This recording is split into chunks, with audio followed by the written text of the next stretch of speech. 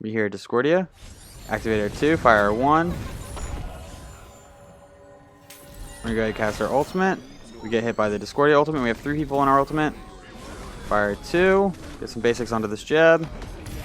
Activate our 3. Hit 2 of our teammates with it. We're going to get some basics onto this Discordia. We're able to get a pick onto 1. Ratatasker lands. We're going to fire our 2 just in case he lands on us. We're able to get the pick onto Ratatasker. Mulan's now here. We're going to fire our 1. Activate our 2. Give heal to our teammates and protections to ourselves. We're able to get ourselves a triple. This Jeb is running away, and Fenrir is able to clean him up.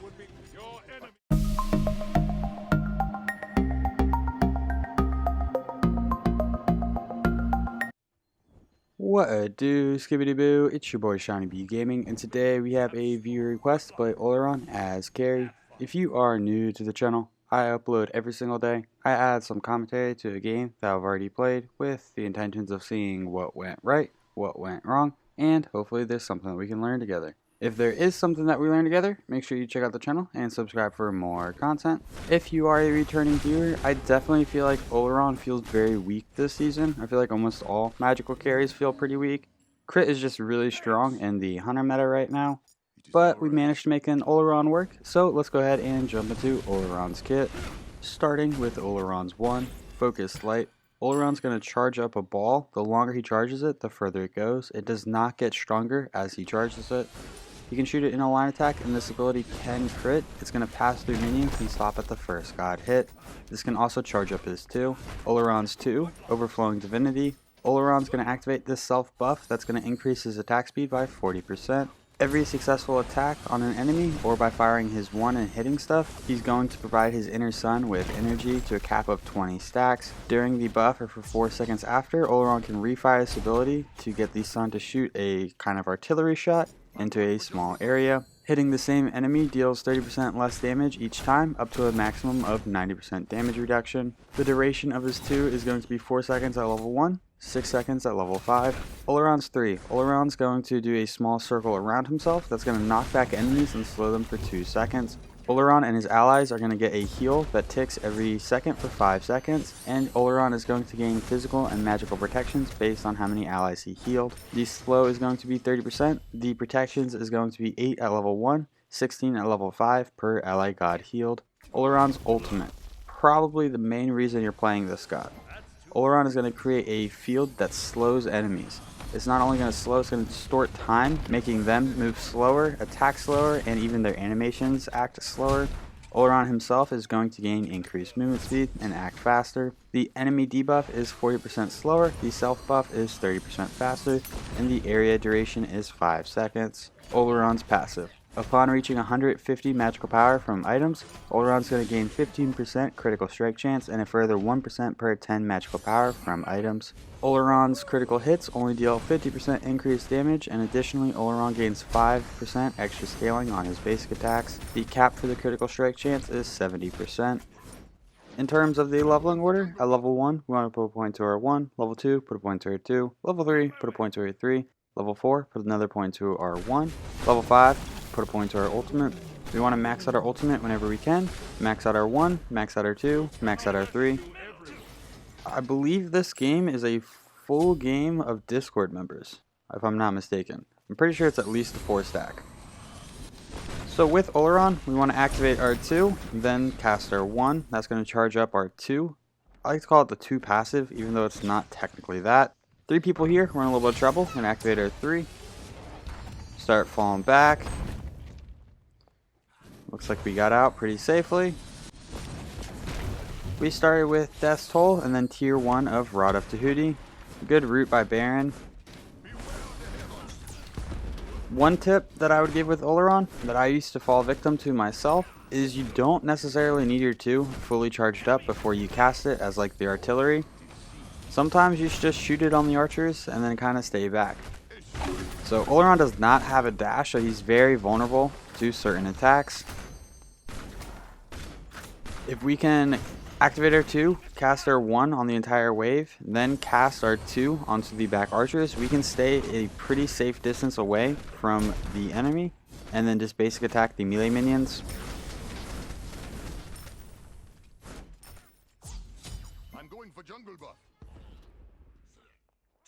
Death's Toll is going to provide us 20 magical power and 75 health. It has a passive that hitting an enemy with a basic attack is going to restore 2 health plus 0.75% of your maximum health, and 1 mana plus 1.5% of your maximum mana. Basic attacks that deal AoE damage restore half as much for each enemy hit after the first. It's a Fenrir ultimate. That's a Neath. We're going to go ahead and activate our ultimate. Fire our 2. One more basic. We missed and hit tower. That's super unfortunate. Death's Toll is going to be receiving a nerf in the 8.3 patch, so I hope this start is still viable. There's not a lot of options for magical characters in terms of starter items. I think Death's Toll is definitely the best, especially the upgraded. Death's Embrace is such a strong item. Since we have Baron Someday on our team, we're able to get the Baron's Brew. We do have enough money for our boots. We don't want to back quite yet. We want to get purple, clear a wave, and then back. So that way we don't miss any minions or XP.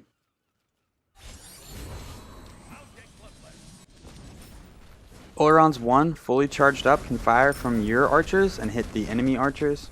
So it has a pretty long distance. We're going to go ahead and pick up the lifesteal boots. The person that requested Olorun carry left a comment every single day saying, Day 5 of asking Shawnee B for an Olorun video. Day 9 of asking Shawnee B for an Olorun video. I just want to let you guys know, if it is a fresh comment, meaning you're not replying to a comment, I see every single one of those. Sometimes if you're replying to a comment, I'll miss it just because it's not at the top and easily accessible. But I see every comment. I hear you guys. I do. Last week, I was making videos the weekend before, so that way I could go home and see my family and still have videos to post. So I couldn't really make a video since I already had like 7 planned out. But it's a fresh week, and I was able to get a video for Olorun.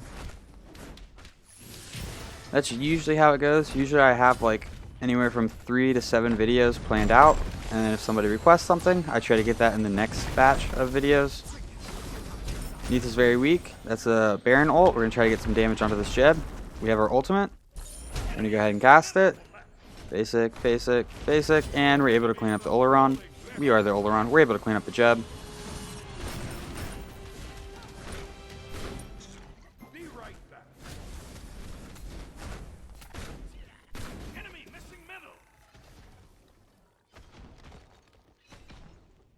Olorun is a very punishable god. If the enemy jungler was super aggressive in our lane, there's not too much we could do about it.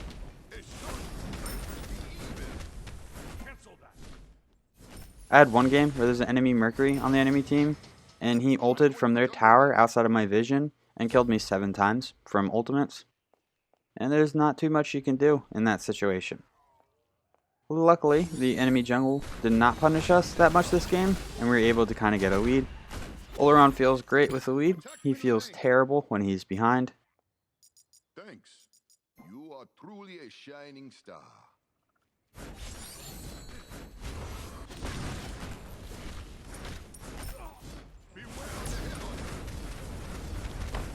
We're going to avoid this jab.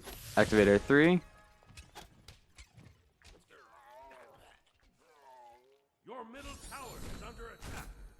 We have nothing else to do, so we're going to go ahead and hit this Lesser Scorpion.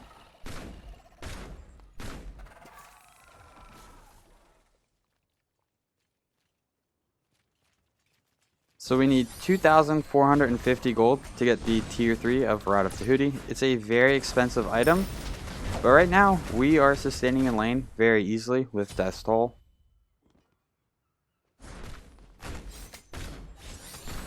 We picked up 2 health potions and we have the full 3 stacks on our Baron's Brew, and we haven't popped a single potion. We haven't needed to because we have Death's Toll.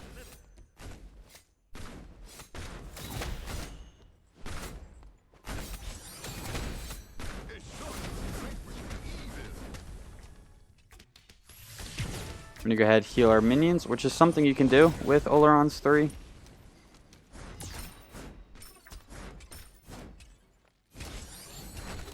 Activate R2, get that increased movement speed. Try to fire the artillery onto Neath. Attack! Somebody was a little overstepped.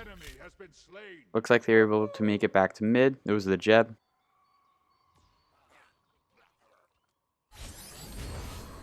We didn't miss any farm from that wave, so we're doing alright. We're going to kind of wiggle, clear the wave. Activate our 3. She's going to try to backflip soon. There it is.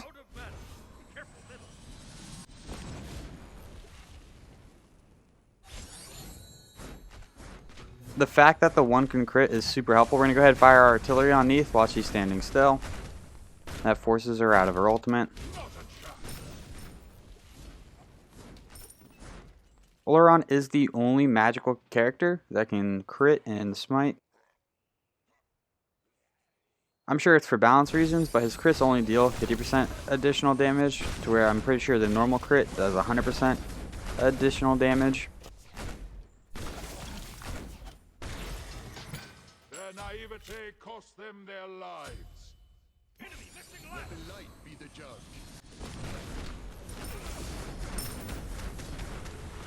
We have enough money for Rod of Tahuti. We're going from 0% critical strike chance to 23% critical strike chance when we pick up Rod of Tahuti. Rod of Tahuti is going to provide us 140 magical power, 35 MP5, and 10% magical penetration. It has a passive that basic attacks and abilities gain 25% additional magical power against targets below 50% health. So the reason we're going into Rod of Tahuti instead of an attack speed item is 1, Rod of Tahuti just smacks, and it's going to allow us to crit more often than if we were to go into a lifesteal item. We need a little extra oomph in our build early on, then we can start going into attack speed items. Between Death's Toll and our lifesteal boots, we really don't need any more lifesteal than we already have. We get Neath ulted, we do have our ultimate, we're going to activate our 3, we're going to fire our 2, that's a Jeb. Ultimate, we're going to go ahead and cast our ultimate.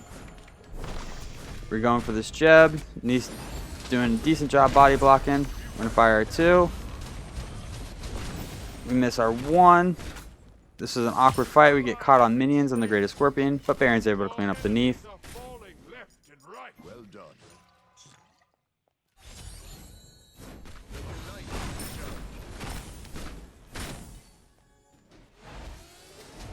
So in terms of not needing lifesteal, we had 2 health potions and we just popped our first health potion.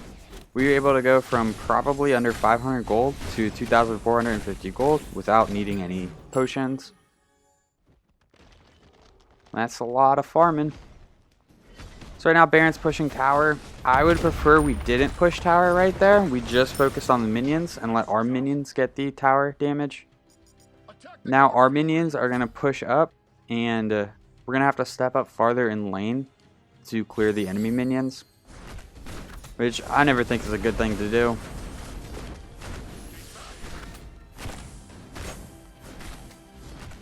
So whenever you see that yellow circle, that means that it's a critical strike.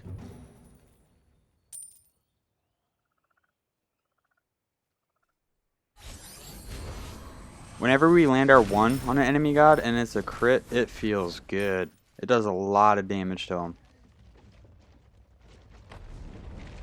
We're going to go ahead and rotate to our purple buff. Jeb's here. We'll fight him a little bit. He has to use his ultimate to kind of peel himself away, which we're totally fine with Jeb burning his ultimate on us like that.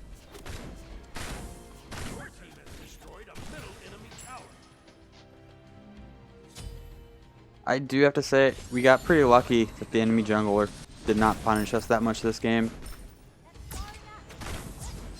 That's Neath's backflip. We're going to fire our 2. We have our ultimate in a few seconds. We're going to try to rotate mid and use our ultimate on anyone that's grouped up in mid. Doesn't look like it's going to be successful. Jeb's falling back to the tier 2. We don't see the Discordia. So we're just going to rotate back to our lane so we don't miss any gold or XP from the minion wave.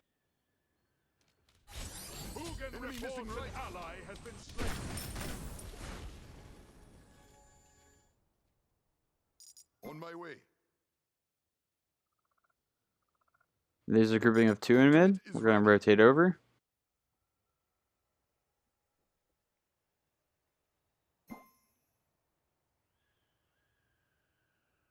And we can't find anyone, so we're going to rotate back. We're looking for an opportunity to be aggressive in mid. Enemy missing middle.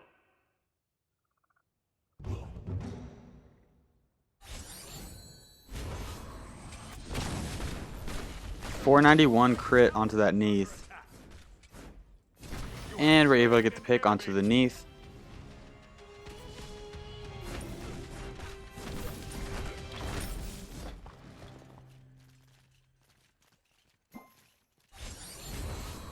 Olorun does seem to have pretty short cooldowns, minus his ultimate. His ultimate has a really long cooldown. So do not be afraid to just spam abilities. Your middle tower is under attack. You cannot rescue Bit of a fight going on. We should probably rotate straight there instead of going for the oracles. An enemy has been slain. Nice job. Ultimate is ready. Attack middle lane. Your middle tower.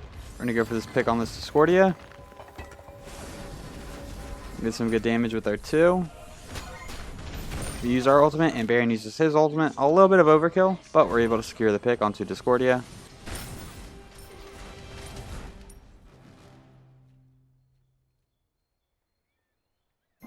We have 3,000 gold in hand, so we definitely need to back and buy an item. We're going to go ahead and pick up our purple buff.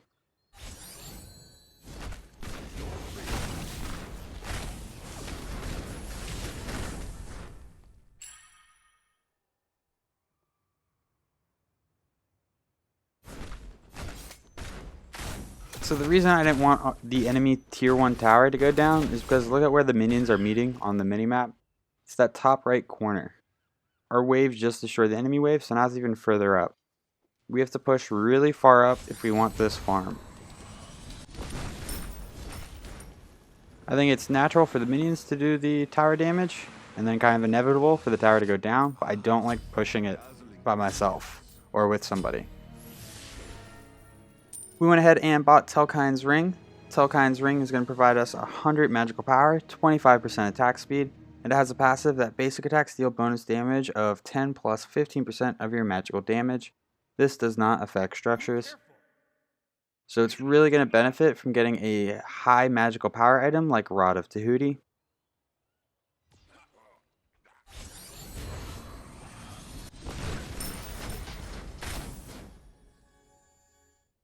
On my way.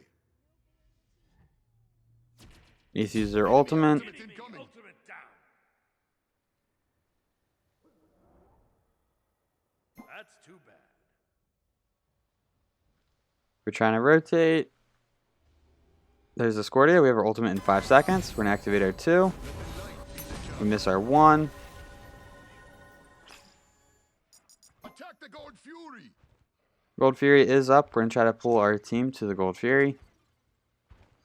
Neath's here. We're going to try to fight her. 195 crits on her.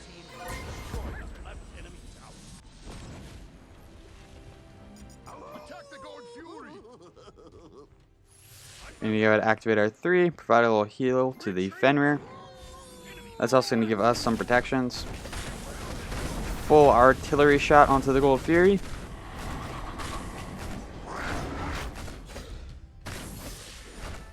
Yeah, Fenrir didn't need to tank all that. We got it. Thanks.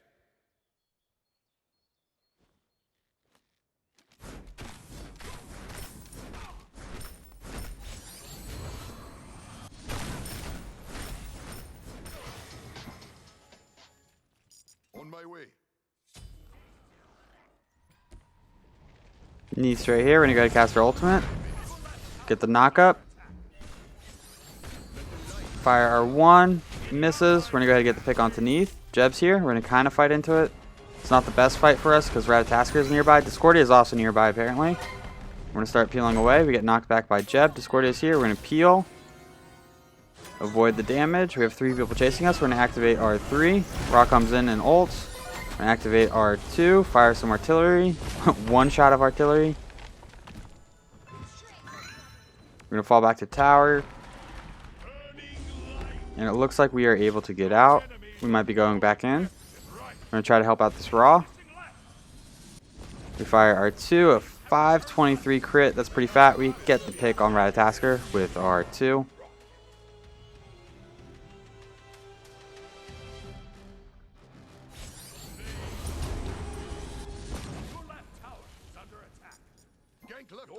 We're going to rotate with our team. Looks like there was a grouping of enemies over in left.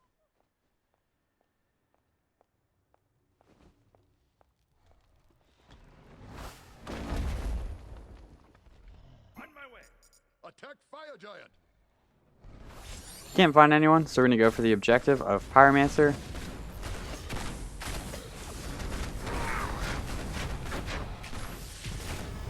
Pyromancer is going to provide us 40% increased movement speed when we leave Fountain for 15 seconds, but Jeb was able to secure it.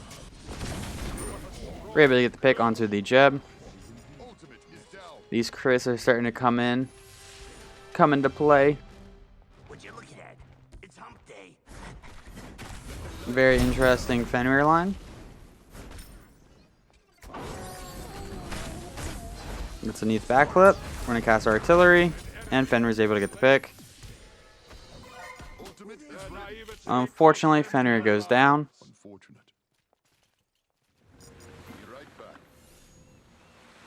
going to go ahead and back and pick up Typhon's Fang. Typhon's Fang is going to provide us 70 magical power, 200 mana, 15% magical lifesteal, and 10% magic penetration. It has a passive that your healing obtained from magical lifesteal is increased by 30%. Your magic power is increased by twice the amount of magical lifesteal that you have.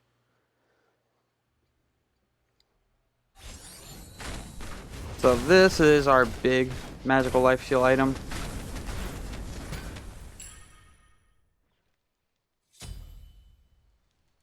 We hear Ratatasker nearby. He's able to secure the oracles. We miss our 1. We miss our basics. Not our fight. We're going to go ahead and fall back. We're going to go ahead and set up a ward on Gold Fury because the next Gold Fury is an Oni Fury, which is a Fury that we're definitely going to want to make a play for. On my way. Ultimate is ready. 3 people pushing Raw. We're going to rotate over. Help middle lane. Our pathing is bad if they turn on us. Decent if they're attacking somebody else.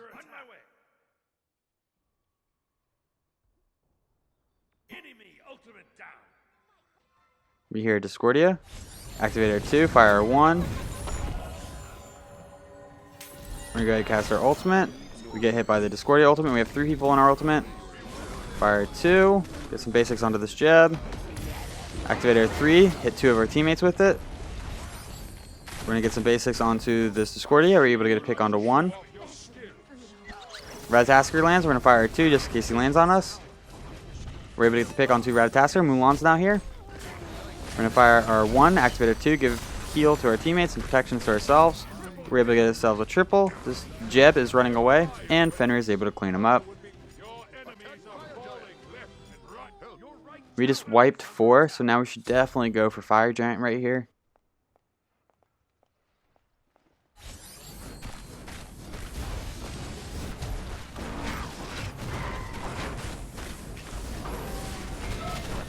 The Fire Giant buff is going to give you a lot of MP5, HP5, and it's going to allow you to deal more damage to structures. Neith's kind of here. We're able to secure it though. Oh, Neith, you can't ult there. Osiris is able to clean her up. We're going to go ahead and back, and we're going to be picking up Death's Embrace. Death's Embrace is going to provide us 140 magical power, 200 health, and it has a passive that hitting an enemy with a basic attack is going to restore 3% of your health and mana. Basic attacks that deal AoE damage restore half as much after the first enemy hit. It is an Oni Fury. I think we have a lot of map control right now, so I don't even think we need to go for the Oni Fury ourselves, just have our team do it. We're going to go ahead and hit the Greatest Scorpion. Thinking that we're going to hit Greatest Scorpion, then our purple buff, and our team should be able to drop Oni Fury. Kind of a greedy play. Jeb is on the Oni Fury, so maybe we should have been there the whole time. I don't think he's really going to be able to steal it with the amount of health still left on the Oni Fury though. We're gonna try to get some damage onto this Maul. We're gonna go ahead and cast our ultimate. We tag 1. We're able to pick onto 2. Ratatasker is here. We're gonna cast our 2, get some basics onto him, activate our 3, and we're able to pick onto the Ratatasker. That's a Neath ult inbound. Right now we're super hungry. We're going for that quad. Forget the Oni Fury, we're hungry. And we realize we're not getting anything. So we're gonna go for the Oni Fury. The Oni Fury is gonna spawn an enhanced minion wave in each lane. And the enemy team surrenders. Well, if you enjoyed this video, make sure you give it a thumbs up. That really helps these videos out. If you feel like you learned anything at all, check out the channel and subscribe for more content. These stats for this game will be posted in just a moment. Thank you for stopping by. I hope you have a great day. I'll catch you next time. Bye-bye.